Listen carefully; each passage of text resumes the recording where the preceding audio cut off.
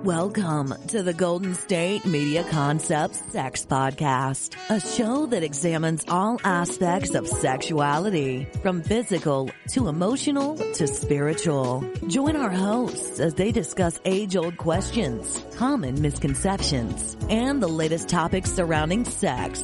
They'll tackle topics about sexuality from the complicated to the hilarious and everything in between. GSMC Sex Podcast is your show for all of your questions about sex, even some you might not have thought of yet.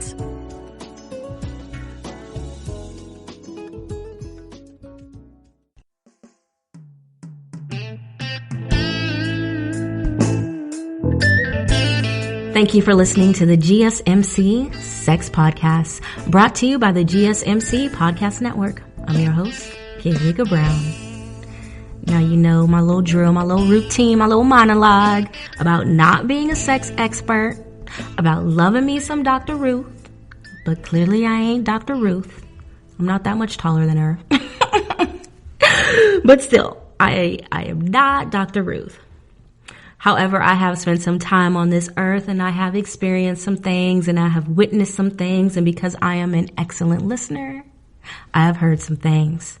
I'm a student of human behavior and I love to learn. I love to research topics and present what I've learned, which is what I do on this podcast. And of course, I'm always going to give my 2 cents. But I will also include what experts have to say as well. Now let's talk about sex.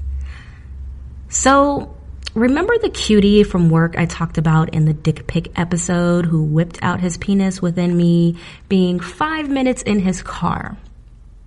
And remember how unimpressed with the size I was? Well, also keep in mind I was in college and not only naive on human behavior, but curious AF. So I examined it and thought, I might be able to work with that. Now, he was a Colombian cutie and we kicked it pretty hard. He would openly talk about porn. In the beginning, I didn't think much of it, but then it became his topic of choice. The first time I went to his house to meet his parents, he showed me his room and immediately went to his desktop computer to start watching porn. Like I had just shook his parents' hands and they were in the next room kicking it. But it was no biggie to him because his entire family knew his favorite pastime was porn. At that time, porn wasn't accessible on your phone, so he would rush home to watch porn. His sex was horrible. He basically was having sex with himself. It was like I was just a body. Insert body. And the only pump action move he had was the jackhammer. Now, over time, I learned about this Colombian cutie, and I realized that he had an addiction problem. Because most 20-somethings can hold down a job or school or both and still manage to smoke weed and occasionally watch porn without it affecting their immediate life. Not him. He lost multiple jobs and friendships because he couldn't stop getting high and watching porn. He was no longer employed where we met, and I ran into his best friend months later and asked how the Colombian cutie was doing. He said he didn't know because he lost his job that they had together, which I believe his family owned. So his best friend's family owned this company, and he went and worked for them and lost his job because he couldn't stop smoking weed and watching porn. He said he hadn't heard from the cutie in months. So he was the first person that I personally knew had a porn addiction problem. And that is the topic of this episode, porn addiction. Now, according to addictioncenter.com, one of the most reported addictions is porn addiction. That is, people who feel compulsion to watch porn and cannot stop. Healthline.com says it's important to note that porn addiction isn't an official diagnosis recognized by the American Psychiatric Association. But experiencing an uncontrollable compulsion to view porn can be as problematic for some people as other behavioral addictions. Healthline goes on to say There's a thin difference between compulsion and addiction. Compulsions are repetitive behaviors with no rational motivation, but are often engaged in to reduce anxiety. Addictions involve an inability to stop the behavior, despite negative consequences. Both involve a lack of control. Now, I ain't no expert, but compulsion and addiction sound like the same damn thing. Compulsions have no rational motivation, and neither does addiction. There isn't a rational motivation behind addiction. But the one statement that does make sense is that they both involve a lack of control. They both shouldn't be taken lightly. Now, a lot of my readings emphasize that simply viewing or enjoying porn doesn't mean you're addicted or need to be fixed. It's the lack of control that can cause problems. Now, addictioncenter.com says, if you are wondering whether excessive pornography use has reached an addiction level, it is important to watch out for the top 10 signs of porn addiction. Number 1, you can't stop. You are unable to stop using or viewing pornography despite trying to do so. If your partner can't stop, you may notice that they are spending more and more time on the internet despite your attempts to communicate with them. Number 2, you want more. People addicted to porn report they do experience cravings to view more. If your partner is craving porn, you may notice them sneaking away from you to another room. It's possible that they'll make an excuse or get defensive when you question them about it. Number 3, you've lost time. People suffering from porn addiction can lose large periods of time to viewing porn, wasting most of the day without accomplishing anything. You can notice that someone addicted to porn is lethargic and not accomplishing much as of late. They might seem like they don't care or are very uninterested in anything else. Number 4, you've lost interest in sex. They actually lose interest in real sex. Not only that, but they actually find their partner less attractive when compared to the people seen in porn. People who suffer from porn addiction may lose interest in the advances of their partner. This makes them seem distant or even uninterested when you try to engage with them sexually. They may require more stimulation than they needed before to become aroused. Number 5, you're more demanding. People suffering from porn addiction develop unrealistic ideas about sex. This can make them more demanding in the bedroom, easily frustrated, and alienate their partner. When this happens, their partner can feel physically and emotionally uncomfortable. Number 6, you've lost attraction. It can give the afflicted unrealistic expectations of beauty for their partner. This can make their partner feel hurt about their appearance and create a greater problem for their self-esteem. Number 7, you're in physical pain. Someone suffering from porn addiction can actually begin to experience physical pain, be it from the physical movements, I wonder what movements those are, involved when viewing porn, or the strain that comes with excessive computer use. People addicted to porn frequently complain about wrist, I wonder why their wrist hurts, back and neck pain, and headaches. So it sounds like they are overly masturbating and having carpal tunnel. Number 8, you're losing money. They start spending money for what they consider higher quality content. When this happens, they can quickly begin falling into some kind of financial hardship. This appears as them complaining more about money problems, but unwilling to disclose the exact nature of these problems. Number 9, you're distracted. They can become distracted from different aspects of life. Their minds drift to porn when they are with friends, family, or at work. It could actually impact their work and relationships.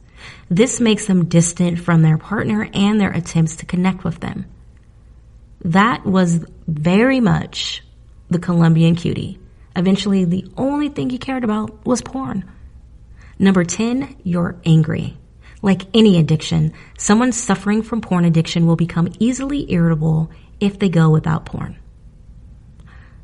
All right, so after reading all that, those 10 cues that you may be addicted, we're going to take a break and return with the cause of porn addiction. Still on the search of that one true love? On the limbo in this crazy world of dating, marriage, relationships? Well, listen to the Golden State Media Concepts Relationship Podcast, your one-stop podcast for everything about relationships.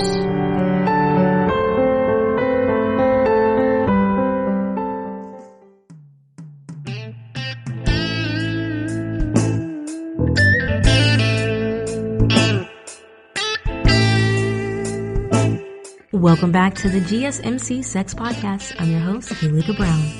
This episode is about porn addiction. Now we will discuss the causes. According to psychguide.com, porn addiction, like other substances or things that people can become addicted to, can be understood through principles of operant conditioning. This is where a certain behavior, watching porn in this case, is reinforced or rewarded, which in turn makes you want to do it again and again and again and again and again and again and again. Lots of different things can be reinforcing and thus influence our behavior, but porn can be especially reinforcing because the reward taps into a very basic instinctual drive: sex. Therefore, it is very easy to become addicted to porn. It is assessing a fundamental and very enjoyable natural drive. It is also much easier to obtain than going out and finding a mate to fulfill this drive. Other influencing factors may be biological. You may have a genetic predisposition to impulsivity, emotion dysregulation, or sensation-seeking behavior. You may have a predisposition to other characteristics that are associated with sexual addiction, like anxiety or depression. As you might expect, higher levels of sex hormones like testosterone or estrogen can affect libido. If you are inclined towards impulsive behavior and have high levels of sex-related hormones, you may be more likely to engage in excessive or compulsive porn watching. Another is psychological. Early life environmental factors, including adverse events like abuse or exposure to sexual content, can contribute to some of the underlying traits involved in porn addiction behaviors. Mental health, anxiety, depression, personality disorders, poor impulse control, performance anxiety, other mental health issues might contribute to porn addiction behaviors. Now, I can attest to the early life exposure. My early experiences with porn were not voluntary. When I was 8 or 9, my next door neighbor's uncle had a huge VHS porn collection on display on his bookshelf, and he was living out of their living room. Yeah, literally there was just like a sheet that like separated him from the rest of the household. So, yeah, porn just on display. So while at the house of the two sisters, they would secretly put on a video. And this one particular time, the very first time they did this, we watched it in amazement and tried to figure out why lotion was coming out of the guy's penis. We remember it making us tingle and feel good. So it became a trend to pop in a video whenever we were unsupervised at their house, which was often. Later, as an adult, I was telling like my mom and my sister about this, and my sister's older than me.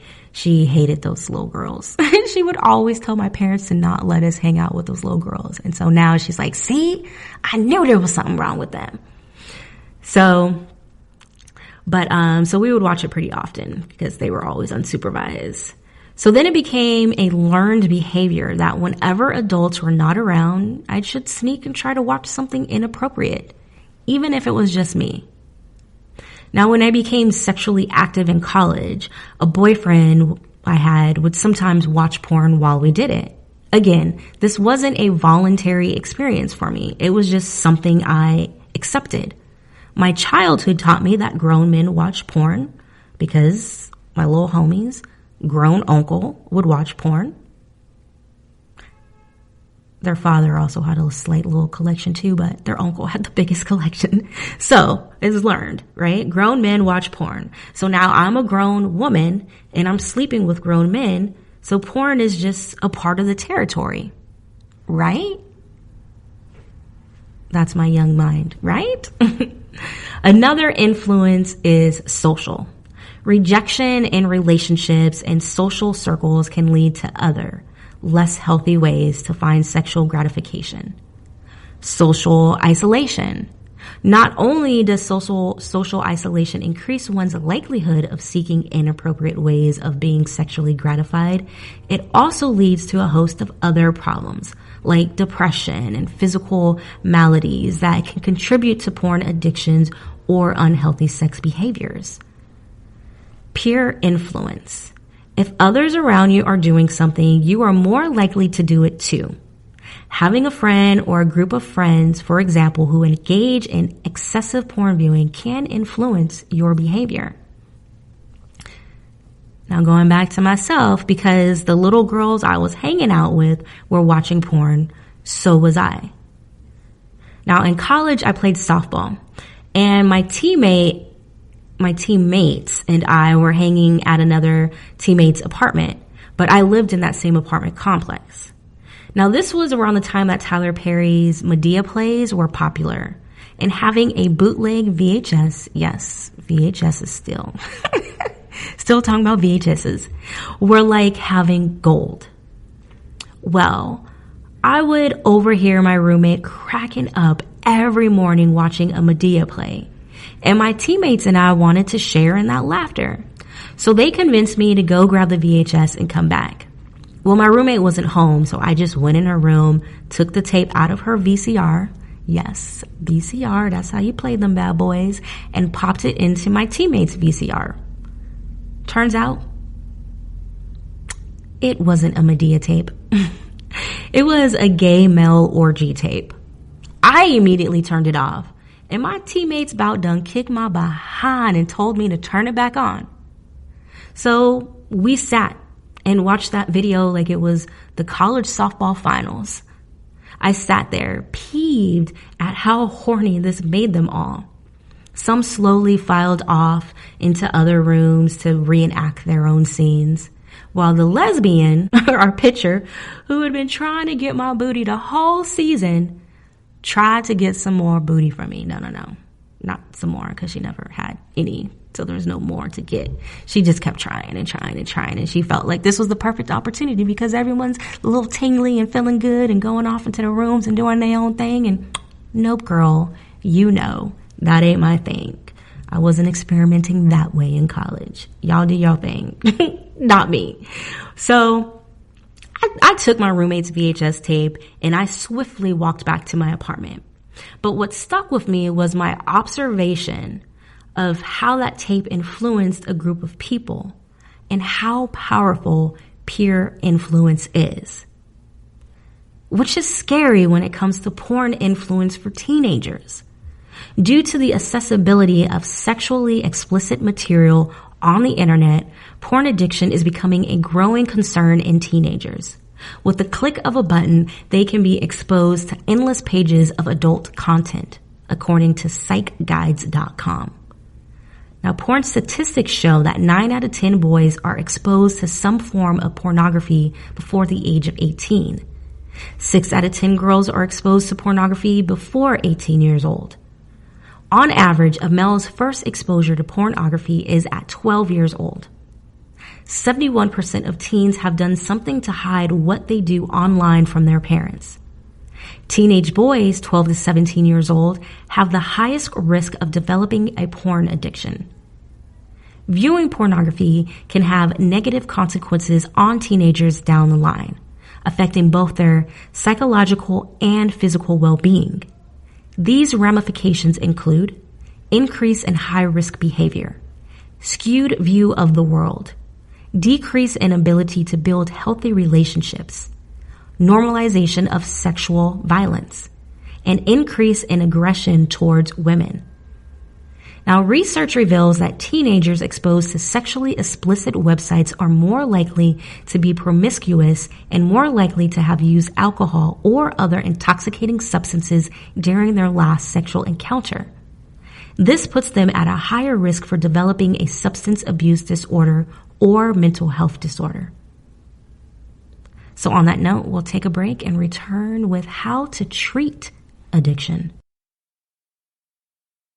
Tired of searching the vast jungle of podcasts? Now listen close and hear this out. There's a podcast network that covers just about everything that you've been searching. Hey! The Golden State Media Concepts Podcast Network is here. Nothing less than a podcast bliss with endless hours of podcast coverage. From news, sports, music, fashion, cooking, entertainment, fantasy, football, and so much more. So stop lurking around and go straight out to the Golden State Media Concepts Podcast Network. Guaranteed to fill that podcast itch.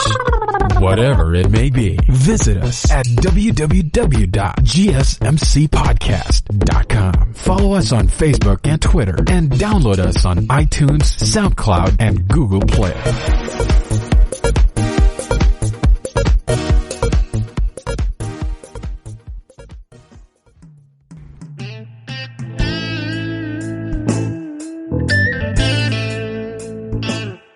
Welcome back to the GSMC Sex Podcast. I'm your host, Gaelika Brown, and we have been talking about porn addiction. Siteguides.com included a TED Talk with Ran Gavrelli about why he stopped watching porn. One reason he gave is that it is prostitution being documented. That porn means prostitution and graphy means to document, and he doesn't know anyone who grew up wanting to be a prostitute. So that started to kind of affect his psyche. Now, this made me think of human trafficking and that whole component of porn in the industry, which for me is reason enough not to watch porn because we don't know, well, me specifically, I don't know who's doing it consensually or forcibly. Now, FightTheNewDrug.com describes sex trafficking as a modern-day form of slavery in which a commercial sex act is induced by force, fraud, or coercion, or in which the person induced to perform such an act is under the age of 18 years. That means any instance in which the individual on screen was forced, tricked, or pressured. By that definition, human trafficking is everywhere, including on porn sets with professional porn performers who have been tricked, forced, or coerced into doing a sex act on their no list or having sex with a performer on their no list. They also included a few broad stats. By some estimate, 4.5 million people are trapped or forced into sexual exploitation globally. That's International Labor Organization. Sex trafficking is a big business. It generates $99 billion annually just from commercial sexual exploitation alone. That, again, was International Labor Organization. In one survey, 63% of underage sex trafficking victims said they had been advertised or sold online, according to Thorne. According to anti-trafficking nonprofit Rescue Freedom, in 9 countries, 49% of sexually exploited women said that pornography was made of them while they were being sold for sex. So yeah, I watch way too much Law and Order SVU, and I live in a city where human trafficking is large. So when I think of porn, I think of the actors or forced participants and their real backstory.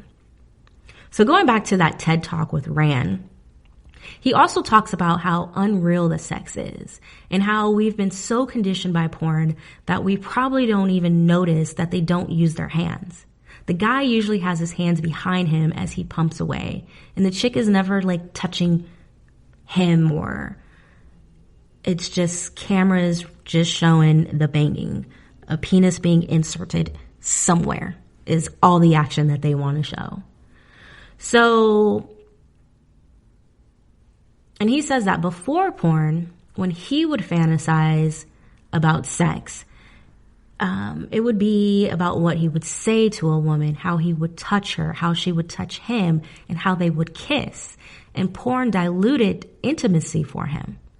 He said, I stopped watching porn for my personal well-being, my intimate communication, my private erotic life, reclaiming control and responsibility over my mind. But by doing that, I stopped contributing to this horrible sex industry. I would like to propose the notion of physical and emotional safe sex. It does not mean going back to being conservative and unliberated sexually. I am all for sexual freedom. He proposes that we set aside some of the dominant masculinity and bring back laughter. He asks that when two souls, two humans are alone together, that they share a laugh together. He says, what good could grow sexually if two souls can't even share a laugh together? He describes that as emotionally safe sex. Now, I love the comments on emotionally safe sex. I mean, all parties involved should feel safe and comfortable. You should be able to laugh, cry, be your most vulnerable self around your partner. If you don't have that, how enjoyable could sex really be? Most people probably don't like to admit that they have a problem. And it usually takes someone, usually their partner, pointing it out to them before they will personally admit it. But it seems to be a common problem among a lot of men. All kinds of men, everyday Joes, politicians, and men in the church. I'd have to do more research on stats of women, but it's not commonly talked about as a female problem. But porn addiction can be treated like any other addiction or a mental health issue through a number of different approaches, according to siteguide.com. Individual therapy will usually consist of 30 to 60 minute sessions focusing on your behaviors related to porn addiction and any related issues. Group therapy will allow you to be in a community of others who are struggling with similar experiences. Cognitive-based therapy, CBT, will often focus on negative thoughts about oneself, others, and the world. Like, I will never stop watching porn. And work to change these into more positive or functional thoughts like, if I work at it, I will be able to stop watching porn. Motivational interviewing, MI, is a less confrontational approach between the therapist and patient, but it can have a powerful, dramatic, and long-lasting effect on one's behavior. Mindfulness-based approaches help individuals gain more awareness of their thoughts, emotions, bodily sensations, and behaviors, and help them relate to these experiences in a different way. This allows these temporary and fleeting experiences to rise and pass away instead of letting them control one's behavior. Now, psychodynamic therapy works under the assumption that unconsciousness drives conflicts and memories are influencing our behavior. Now, that line doesn't really make sense to me, that whole unconsciousness drives. But everything else, the conflicts and memories are influencing our behavior. That makes sense.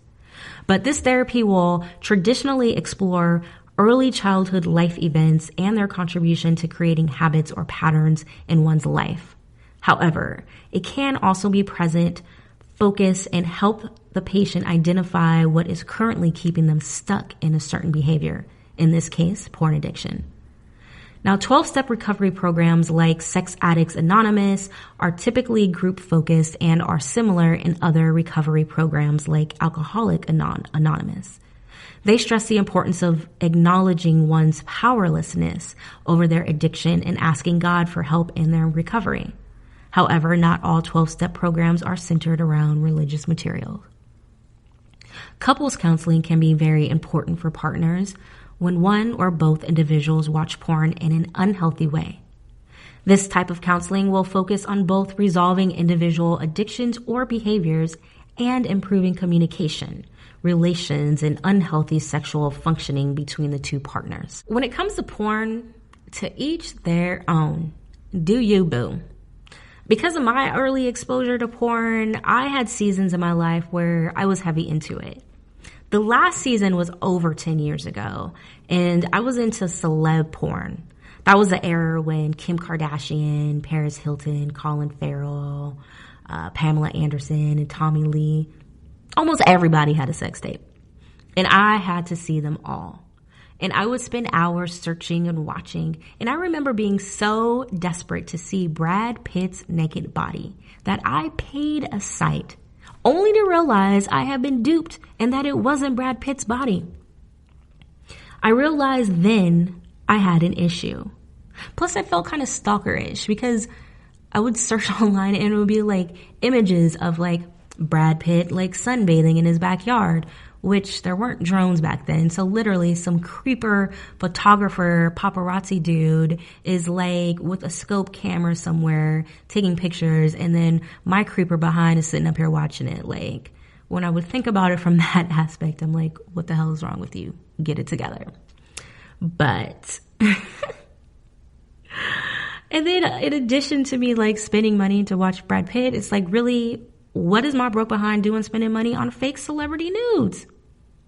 So now if I hear anything about a celeb video, I want no parts of it. No need to go back down that rabbit hole.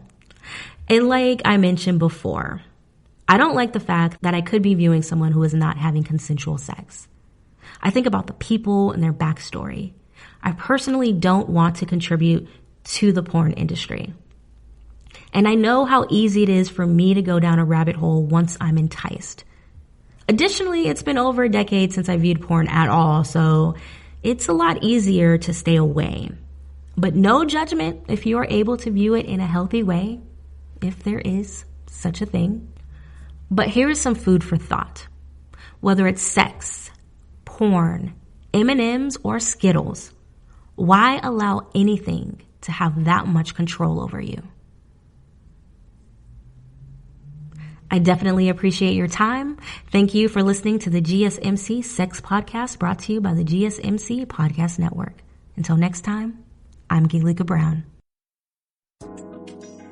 You've been listening to the Golden State Media Concepts Sex Podcast, part of the GSMC Podcast Network. You can find this show and others like it at www.gsmcpodcast.com. Download our podcasts on iTunes, Stitcher, SoundCloud, Google Play, or anywhere you find podcasts. Just type in GSMC to find all of our shows from the GSMC Podcast Network. From sex and relationships to health and wellness, life and happiness, and even weird news. You can also follow us on Twitter and Facebook. Thank you, and we hope you have enjoyed today's episode of the Golden State Media Concepts Sex Podcast.